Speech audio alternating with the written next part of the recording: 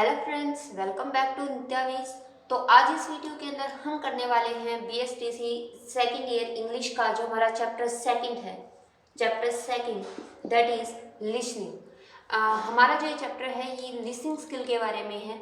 तो हम पढ़ेंगे कि जब आप बच्चों को पढ़ाते हैं प्राइमरी लेवल पे तो लिसनिंग की क्या इम्पोर्टेंस होती है, क्योंकि आप जब भी कोई लैंग्वेज सिखाने जा रहे हैं तो उसके लिए ये काफ़ी इम्पोर्टेंट होता है कि आप स्किल्स को डेवलप करें ताकि एक बच्चा अच्छे से लैंग्वेज को समझ सके। तो इसके लिए जो फर्स्ट जो हमारी स्किल आती है दैट इज़ लिसनिंग स्किल। और जो लिसनिंग स्किल होती है ये काफ़ी इंपॉर्टेंट होती है और ये काफ़ी कॉम्प्लेक्स स्किल होती है। जो हमारी मदर टंग होती है, हमारी जो मदर टंग होती है उसके अंदर इस स्किल को समझना, क्योंकि जो बच्चा होता है वो बचपन से ही पैदा होते ही वो उन्हीं की लैंग्वेज जो मदर टंग होता है उसे सीख रहा होता है, उसे सुन रहा होता है। और इसलिए उसके अंदर उसके जो कान होते हैं वो उस चीज़ को सीखने के लिए कैपेबल हो जाते हैं, उसके साउंड्स को ऑर्गेनाइज करने लग जाते हैं। तो जो हमारा जो ईयर जो ऑर्गन है, जो ईयर जो हमारा ऑर्गन है ये क्या है, ये प्राइमरी सेगमेंट है, ठीक है, जो कि हैबिचुअल हो जाता है एक लैंग्वेज का। और जैसे ही वो मदर टंग बोली जाती है वो बच्चा उस लैंग्वेज को ऑर्गेनाइज करना शुरू कर देता है। लेकिन जो सेकंड और थर्ड लैंग्वेज जो होती है, जैसे सेकंड लैंग्वेज जो इंग्लिश है, अगर इसकी बात करें तो ये जो लैंग्वेज होती है ये थर्ड लैंग्वेज के तौर पे, तो इसको सुनने का बच्चा हैबिचुअल नहीं होता, because it's not the mother tongue. ये काफ़ी डिफरेंट लैंग्वेज है और बच्चा इसे स्कूल में ही आकर सीखता है। तो उसके लिए ये ज़रूरी है कि अगर हमें ये बच्चे को सिखानी है या लैंग्वेज जब हम बच्चे को सिखाना शुरू करते हैं, चाहे वो इंग्लिश हो या चाहे कोई दूसरी लैंग्वेज हो, तो उसके लिए सबसे पहले हमें लिसनिंग स्किल को डेवलप करना इम्पोर्टेंट हो जाता है। और ये बड़ी ही कॉम्प्लेक्स स्किल है। कॉम्प्लेक्स स्किल का मतलब है कि इसको हम रेगुलर प्रैक्टिस से ही सीख सकते हैं। ऐसा नहीं है कि आपने 2-4 बार प्रैक्टिस किया और आपको आ गई, ऐसा नहीं है। इसके लिए आप ये कॉम्प्लेक्स प्रोसेस है, क्योंकि वर्ड्स जो भी साउंड होती है, जो भी लैंग्वेज होती है, उसकी जो साउंड्स होती है उसमें राइम स्कीम, उसका स्ट्रेस, इंटोनेशंस, ये सब चीज़ें मैटर करती है एक लैंग्वेज को बोलने में। और जैसे बच्चा उसको सुनता है तो उससे लिसनिंग स्किल को डेवलप करना, ताकि जो सुन रहा है उसे वो अंडरस्टैंड कर सके, उसे वो समझ सके। इसके लिए ज़रूरी होता है कि हम इस स्किल को बच्चे के अंदर डेवलप करें। तो हम पहले बात करते हैं 4 बेसिक स्किल्स की। जब भी आप कोई लैंग्वेज सीखने जाते हैं, when you are going to learn any language, then first of all we have to work on this 4 basic skills. कोई भी जो लैंग्वेज है वो 4 बेसिक स्किल से ही सीखी जा सकती है, जिनमें जो फर्स्ट नंबर है that is listening skill. Listening सबसे पहले, जब भी आप कोई लैंग्वेज सीखना शुरू करते हैं आप उसे सुनकर सीखते हैं। जो फर्स्ट फैक्टर होता है, if you want to get a better command on any language, then first skill that you must develop in yourself is listen। कि आपको सीखना हो, लिसन सुनना होगा उसे। जब आप सुनते हैं तो आपका जो ईयर सेगमेंट है, जो प्राइमरी सेगमेंट माना जाता है, जो आपका ईयर ऑर्गन है, ईयर ऑर्गन ये डेवलप होना शुरू हो जाता है उस लैंग्वेज के अकॉर्डिंग, और ये इसको ऑर्गेनाइज करना शुरू कर देता है। तो आप जब किसी लैंग्वेज को सुनते हैं बार बार, तो उससे आप ये उस लैंग्वेज को स्किल को उसको अचीव कर पाते हैं, उसके ऊपर अपनी कमांड बना पाते हैं। फिर उसके बाद में जो दूसरी है वो है स्पीकिंग स्किल। फिर आप उसे बोलना शुरू करते हैं। जैसे आप एक छोटे बच्चे का एग्जांपल लेकर के इसको बड़ी आसानी से समझ सकते हैं। छोटा बच्चा होता है, वो पहले सबको सुनता है, फिर उसके बाद धीरे धीरे वो बोलना शुरू करता है। फिर उसके बाद जो थर्ड पार्ट आता है स्किल का वो आता है रीड, कि उसके बाद जो स्किल आती है वो आती है पढ़ना। फिर बच्चा किसी लैंग्वेज को किताबों के माध्यम से पढ़ना शुरू करता है। और फिर आखिर में जो स्किल डेवलप होती है वो है रिटन की, राइट की, लिखने की। और फोर्थ और जो लास्ट जो स्किल है वो है लिखने की। फिर बच्चा उसे लिखना सीखता है।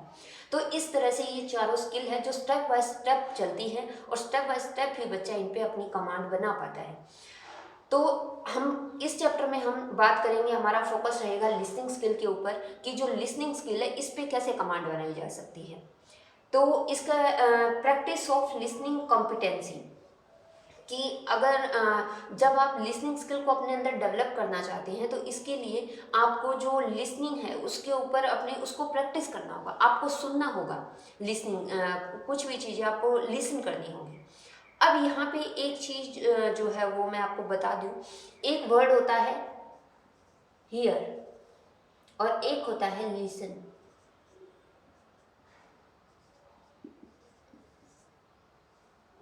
हियरिंग और लिसनिंग।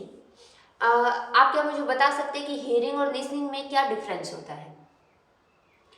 हियरिंग जो होता है, हियरिंग मतलब सुनना, और लिसन भी सुनना ही होता है। लेकिन हियरिंग में क्या होता है कि आप जो लैंग्वेज सुन रहे हो या कोई भी जो बात आप सुन रहे हो, आप उसको समझ रहे हो या नहीं समझ रहे, ये मैटर नहीं करता।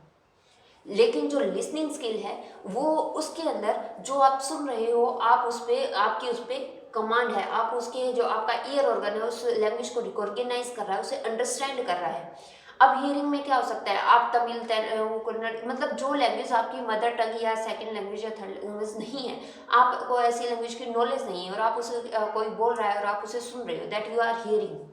हियरिंग जस्ट ए साउंड, आप एक साउंड को हियर कर रहे हो। जब लेकिन जो जिस लैंग्वेज की आपको नॉलेज है, you have the command on the skills of any knowledge और ऑफ एनी लैंग्वेज, और जब आप उस लैंग्वेज को सुनते हो तब उसे लिसन बोला जाता है। जब आप उस लैंग्वेज को सुन करके उसके वर्ड्स को रिकॉग्नाइज कर रहे हो, उसको समझ रहे हो, जब आप किसी लैंग्वेज को समझ जाते हैं ना भाई हाँ ये बोल रहा है, तो उसे आप लिसनिंग बोलते हैं। क्लियर? डिफरेंस आपको क्लियर हो गया होगा दोनों का। तो अब ये कहते हैं कि प्रैक्टिस ऑफ लिसनिंग कॉम्पिटेंसी, कि आपको सुनने की प्रैक्टिस करनी होगी। कोई भी जो लैंग्वेज होती है, कहते हैं लिसनिंग एक ऐसी स्किल है जो आपकी पर्सनैलिटी को भी डेवलप करती है। जब आप किसी से बात कर रहे हो, अगर आप दूसरे को लिसन नहीं कर रहे, अब अगर उसकी बात को आप सुन नहीं रहे, समझ नहीं रहे, तो you can not be a better communicator.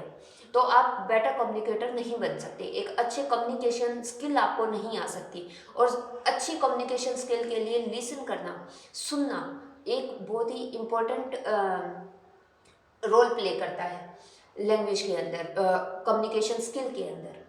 तो आपको यहाँ पे एक बात और बताते चले, जो लिसनिंग और जो स्पीकिंग है, लिसनिंग और स्पीकिंग, ये जो दो एक्टिविटीज़ हैं लिसनिंग और स्पीकिंग, ये एक्टिव होती हैं। और जो रीडिंग और जो राइटिंग है, रीडिंग और राइटिंग, ये जो दो कम्युनिकेशन स्किल हैं, ये पैसिव स्किल्स कहलाती हैं। एक्टिव और पैसिव का मतलब कि जब लिसनिंग और स्पीकिंग, जब आप किसी को सुन रहे हो और कोई किसी से आप बात कर रहे हो, आप बोल रहे हो, तो उसके लिए क्या चाहिएगा, वो दोनों व्यक्ति आमने सामने खड़े होने चाहिए, तभी वो एक दूसरे से इंटरेक्ट कर सकेंगे, तभी आप किसी को सुन सकोगे और वो आपके साथ बोल सकेगा। तो यही होता है कम्युनिकेशन, उसके लिए कम्युनिकेशन होना ज़रूरी होता है। अगर कम्युनिकेशन है तो आप कर सकते हो, और इसके लिए आपको एक्टिव होना पड़ेगा, आपको सुनने के लिए भी एक्टिवली उसकी बात पर फोकस करना पड़ेगा कि वो क्या बोल रहा है, और स्पीकिंग के लिए भी आपको एक्टिवली एक्ट करना पड़ेगा। तो इस तरह ये क्या है, ये दो इनसे क्या बनता है, लिसनिंग और स्पीकिंग से कम्युनिकेशन। और रीड और राइट, रीडिंग तो आप पैसिवली किसी रूम में बैठ के भी कर सकते हो, राइट भी आप पैसिवली किसी कमरे में बैठ के कर सकते हो। इसके लिए आपको अलग से किसी के साथ कम्युनिकेशन करने की ज़रूरत नहीं होती। तो ये दो पैसिव एक्टिविटीज़ होती हैं और ये दोनों एक्टिव एक्टिविटीज़ बोली जाती हैं। अब कहते हैं प्रैक्टिस कैसे करेंगे आप लिसनिंग कॉम्पिटेंसी की। तो इसके लिए आप क्या हो सकता है, ऑडियो विजुअल एड्स हो सकते हैं, audio visual aids, got it. Audio visual add क्या होता है, जो होते हैं रेडियो होता है, टीवी होता है, इसी तरह से कोई भी ऐसी चीज़ जिसमें आप देख सकते हैं, सुन सकते हैं, या फिर दोनों कर सकते हैं। जैसे टीवी होता है, टीवी ऑडियो विजुअल में आता है, ठीक है। ऑडियो के अंदर रेडियो आता है जिसे आप सिर्फ सुन सकते हैं और उससे आप किसी भाषा को सीख सकते हैं। जैसे कि लैंग्वेज को सीखने के लिए लैंग्वेज लेबोरेटरीज होती हैं, लैंग्वेज लेबोरेटरीज में क्या होता है कि जो ये लेबोरेटरीज, जो लैब होती हैं, इनके अंदर बच्चों को ले जाया जाता है, एक स्क्रीन के ऊपर कुछ चलाया जाता है, कोई भी फॉरेन स्पीकर है, मतलब अगर आपको इंग्लिश सीखनी है तो जो इंग्लिश के जो अच्छे जो स्पीकर हैं उनकी कैसेट्स चलाई जाती हैं या फिर उनके ऑडियोज चलाए जाते हैं और बच्चे बैठ करके साइलेंटली उसको सुनते हैं, ध्यान से सुनते हैं और जो वो बोल रहा है, जिस तरह वो वर्ड्स बोल रहा है उनके ऊपर फोकस करता है कि कहाँ पे किस वर्ड में स्ट्रेस डल रहा है, कहाँ इंटोनेशन आ रही है, कहाँ पे राइम बन रहा है। तो इस तरह से साइलेंटली उसको सुन करके उस लैंग्वेज के ऊपर अपनी कमांड बनाना, और इसके लिए जो लैंग्वेज लेबोरेटरी होती है वो इम्पोर्टेंट रोल प्ले करती है। वहाँ पर बच्चों के अंदर लिसनिंग स्किल को डेवलप किया जाता है। फिर ये 4 स्टेजेस होते हैं, उनके बारे में पढ़ते हैं। जो स्टेजेस है वह फर्स्ट है फोनिक। फोनिक का मतलब होता है reproduction of sound, reproduction of sound, कि कोई भी साउंड को पैदा करना।